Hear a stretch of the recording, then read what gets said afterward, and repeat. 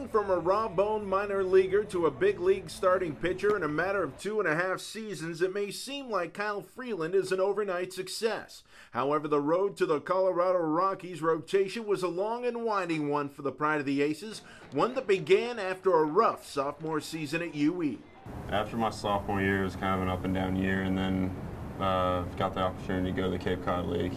And when I was out there, I kind of just told myself, like, listen, like, you're going into your junior season, your draft year, it's time to put everything together and really push for this. And I think I had that mentality from first day in the Cape all the way to our last game at UE. Whenever he came back from the Cape Cod League, you just saw he was a mentally strong person that was able to attack his day-to-day operation.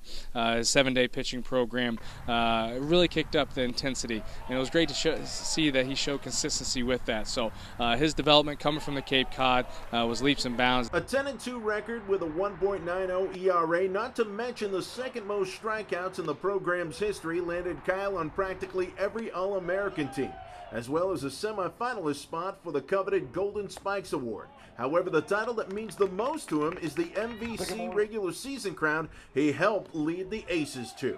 First games of the series are always big. You know, you can get an upper hand on a team and I mean, put the pressure on them. And you'll be able to go out there every Friday night, and you know, our team expected to win. I expected to win. It was a great time to do that. That was awesome. I went 7 innings. I think Sam Johns either went 8 and 9 or something like that.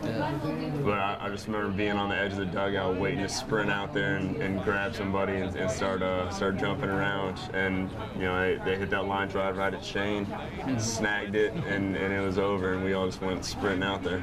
Now, even though Kyle is miles away, both literally and figuratively, from his Evansville career, one thing has stayed with him. It's a special word, and that is family.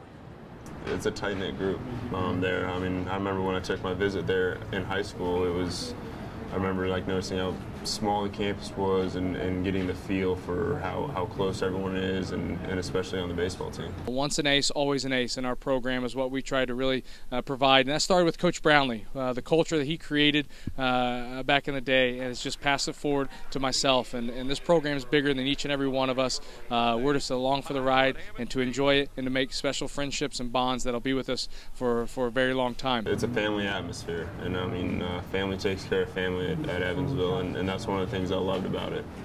So I mean, if that was me recruiting you, that'd be my tip.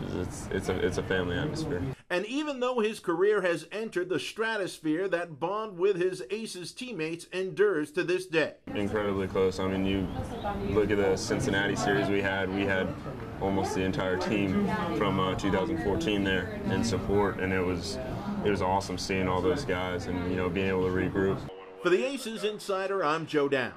Remember, you can keep up with all of University of Evansville athletics on GoPurpleAces.com, as well as Facebook, Twitter, Instagram, and our YouTube channel.